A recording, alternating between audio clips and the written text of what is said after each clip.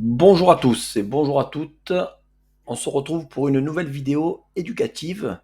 On va voir ensemble un thème bien précis et très important pour comprendre les mouvements sur les marchés, que ce soit en trading ou sur l'investissement.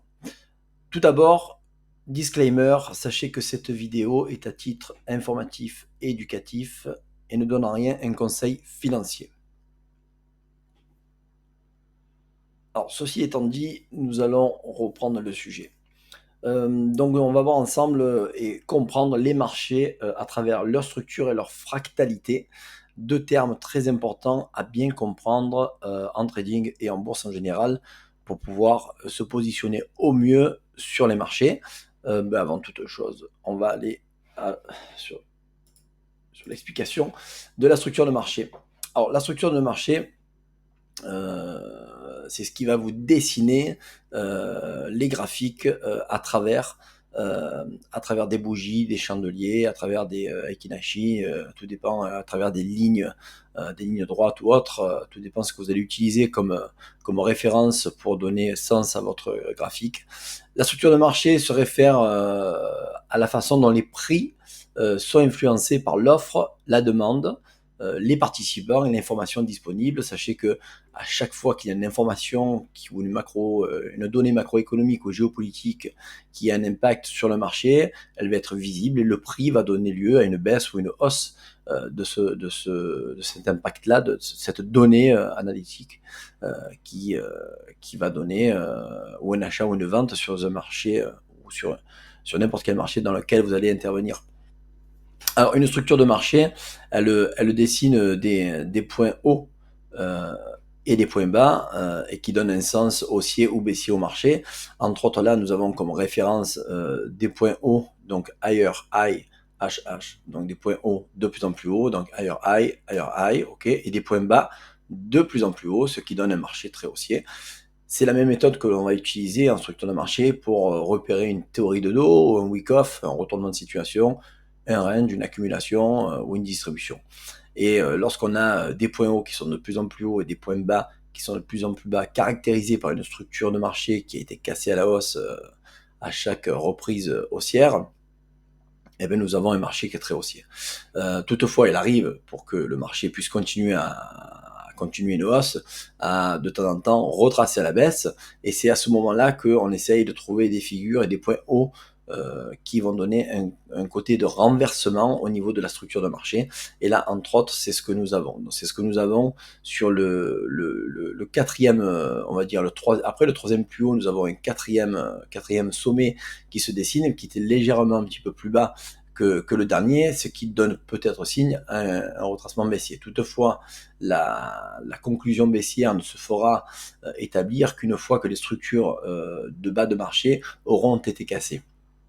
C'est ce qui a été le cas à ce niveau-là. On voit que les plus bas qui étaient toujours plus hauts, donc les plus bas de marché qui servent de support et qui étaient hauts dans le marché, à un moment donné vont être cassés et on commence à avoir peut-être un signe de renversement de marché. C'est ce qui a été le cas à ce niveau-là. Donc quand on vient casser ce plus bas avec un signe baissier et que l'on crée en fait un rebond important, ça crée un plus bas de plus en plus bas et les plus hauts qui sont après par la suite en train de continuer à rejeter le marché à la hausse, donne lieu à un marché de retournement et surtout un marché baissier. Et ça a été le cas. Donc on a eu d'un côté dans la hausse ici qui est très visible des plus hauts de plus en plus hauts, ce sont ceux-là, et pour un renversement de structure, on a des plus hauts de plus en plus bas, c'est ce qui a été le cas à ce niveau-là. À un moment donné, étant donné qu'on est là actuellement sur un actif qui est un indice, on va avoir un renversement de situation et le dernier plus bas va être caractérisé, pourquoi? Par un renversement d'un prochain plus bas mais un petit peu plus haut que le précédent. Ok, c'est ce que nous avons ici. Donc on voit très bien qu'on a une très belle jambe de force qui part à la hausse, d'accord. Donc là on est toujours dans une vision de retracement baissier du marché. Toutefois pour arrêter ce retracement baissier, il faudrait que l'on ait un plus bas un petit peu plus haut que le précédent. C'est ce qui a été le cas à ce niveau-là. Et pour confirmer la tendance la tendance de marché haussier qui vient renverser une structure baissière, il faut qu'on ait une impulsion importante pour casser le dernier plus haut qui était plus bas et reconstruire encore un mouvement haussier, ce qui a été à ce niveau-là un plus haut de plus en plus haut et un plus bas de plus en plus bas. Celui-ci sert aussi de plus bas de plus en plus haut. Voilà.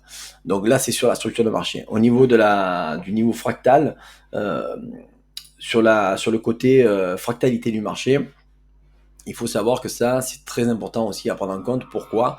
Parce que à ce niveau-là, on va utiliser plusieurs unités de temps. Donc là, vous avez entre autres dessiné en orange une unité de temps très importante. Donc on appelle ça le high time frame, c'est-à-dire que c'est les grosses unités de temps. Donc on pourrait partir sur du journalier à ce niveau-là, d'accord, ou de l'hebdomadaire. Une unité de temps très importante. Et à l'intérieur de cette unité de temps très importante qui fait des mouvements assez très visibles, on a une unité de temps beaucoup plus petite qui permet de prendre des positions parce que le marché ne fait pas que monter tout le temps. À l'intérieur d'un marché, mettons, hebdomadaire, on va avoir un marché en 1 heure ou 4 heures qui permet d'avoir des retournements de situation pour pouvoir prendre des positions à de très belles entrées. Et c'est là que là, vous voyez, on dessine une structure qui est un petit peu différente. Donc sur le marché qui est orange, que l'on a à ce niveau-là, on a des plus hauts avec des retracements de plus bas, et lorsqu'on casse les plus hauts, avant que ce plus haut soit cassé, mettons en hebdomadaire, on va avoir des signes avant-coureurs dans une unité de temps beaucoup plus petite, et c'est les lower time frame. Donc c'est ce que nous avons en vert. En vert, c'est une unité de temps beaucoup plus petite qui permet à amorcer ou une hausse ou une baisse dans une unité de temps un petit peu plus grande. Donc c'est vraiment les prémices, on va dire, ou d'un renversement, d'un retournement baissier, ou d'une continuation de hausse dans une unité de temps beaucoup plus petite. Et on voit que la tendance en LTF change à nouveau. Donc à ce niveau-là, on voit qu'on a une tendance dans une unité de temps beaucoup plus petite, donc c'est la verte, qui commence à changer. Pourquoi ? Parce qu'on vient de casser une structure intérieure.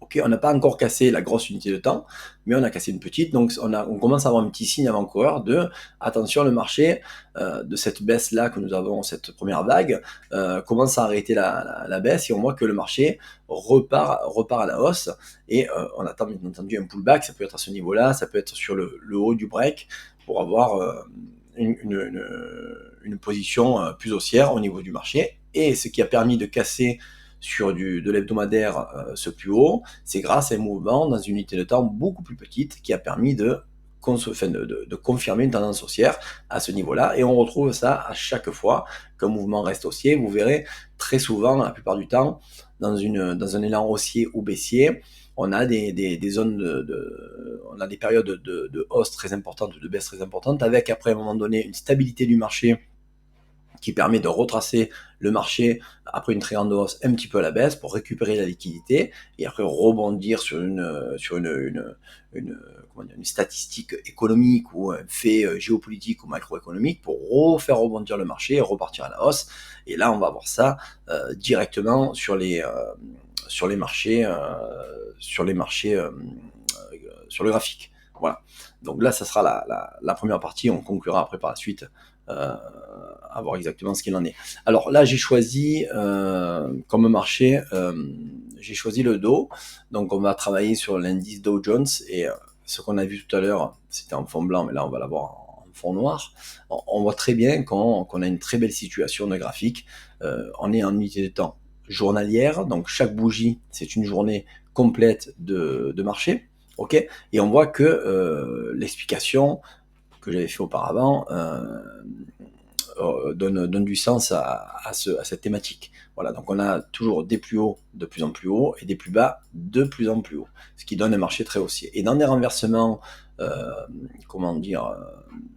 d'unités de temps beaucoup plus petites, on va voir que le marché a une vision un petit peu différente. La vue du setup n'est pas du tout la même que lorsqu'on en a, mais donc en daily. Donc là, on va se mettre en mensuel. Donc là, en étant journalier, on voit très bien qu'on définit très bien les plus hauts et les plus bas qui sont assez bien caractérisés par tout ce que nous avons tracé. Et on va se mettre en mensuel.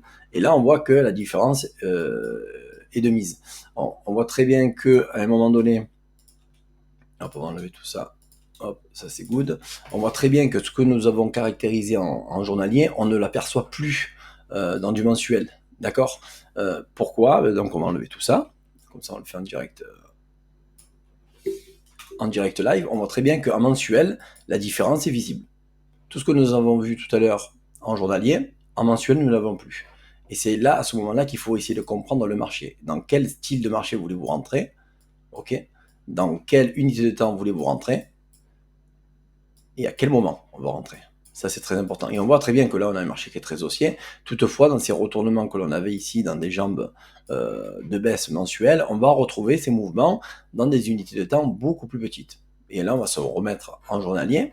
Et ce que je vous ai créé ici tout à l'heure en petit canal, on voit très bien que, regardez, on a une fractalité qui est différente.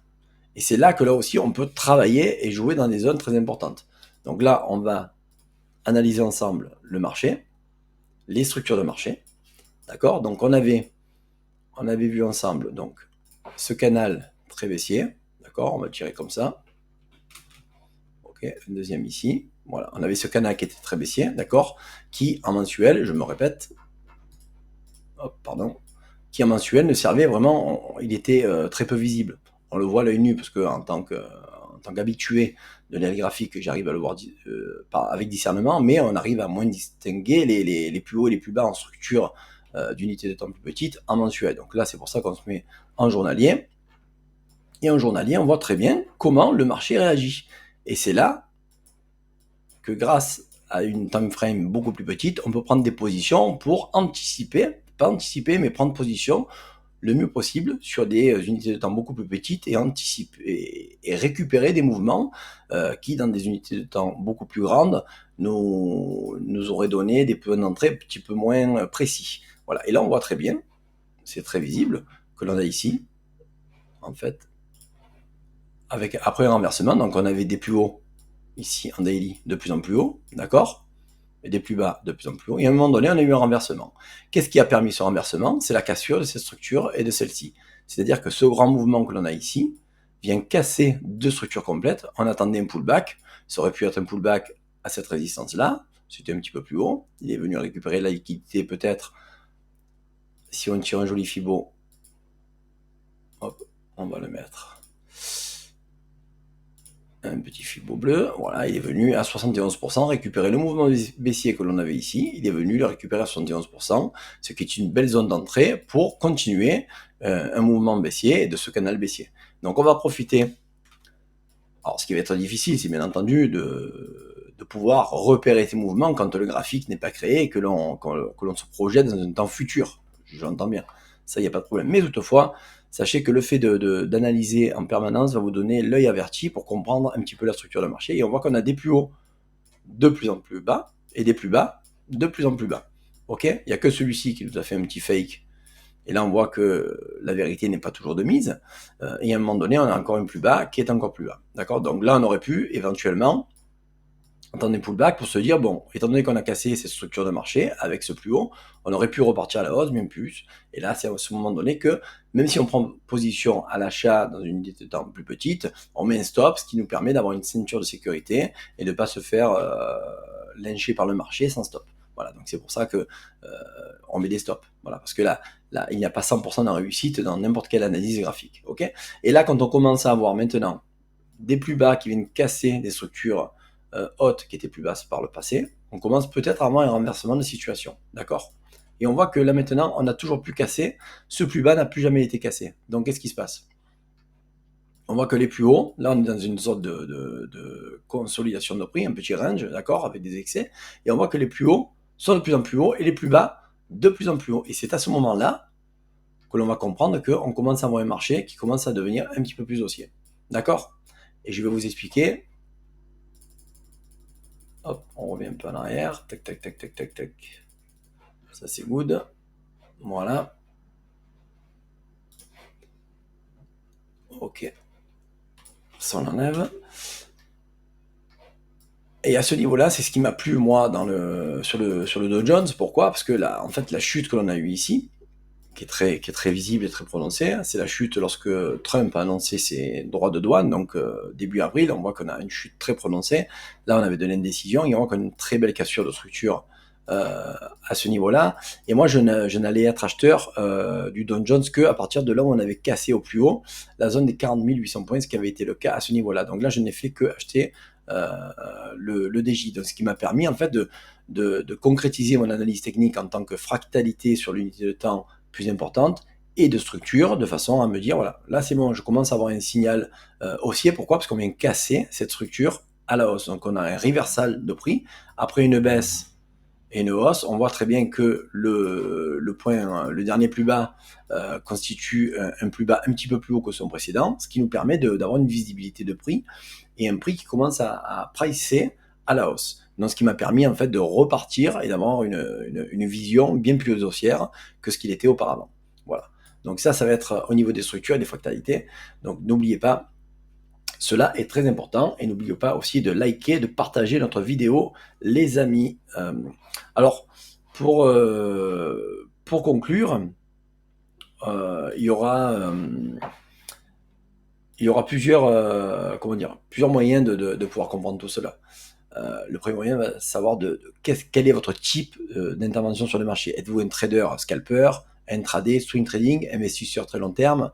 Et grâce à cela, vous allez pouvoir coordonner plusieurs unités de temps, donc jouer sur la fractalité des unités de temps, de façon à avoir une précision sur l'intervention dans le marché. Le multi-time frame analyst, c'est observer plusieurs unités de temps qui permet de mieux comprendre les dynamiques sous-jacentes. La reconnaissance des cycles, c'est la fractalité qui aide à identifier des cycles psychologiques ou techniques. Et la gestion du risque, c'est comprendre à un moment donné où la structure permet de se positionner avec des stops et ses objectifs avec plus de précision. Voilà, donc j'espère que ça a été le plus clair voyant possible pour vous. N'oubliez pas de booster, de liker et de partager notre vidéo. C'était pour l'œil du graphique. Je suis Laurent et je vous souhaite la bonne journée à tous et à toutes.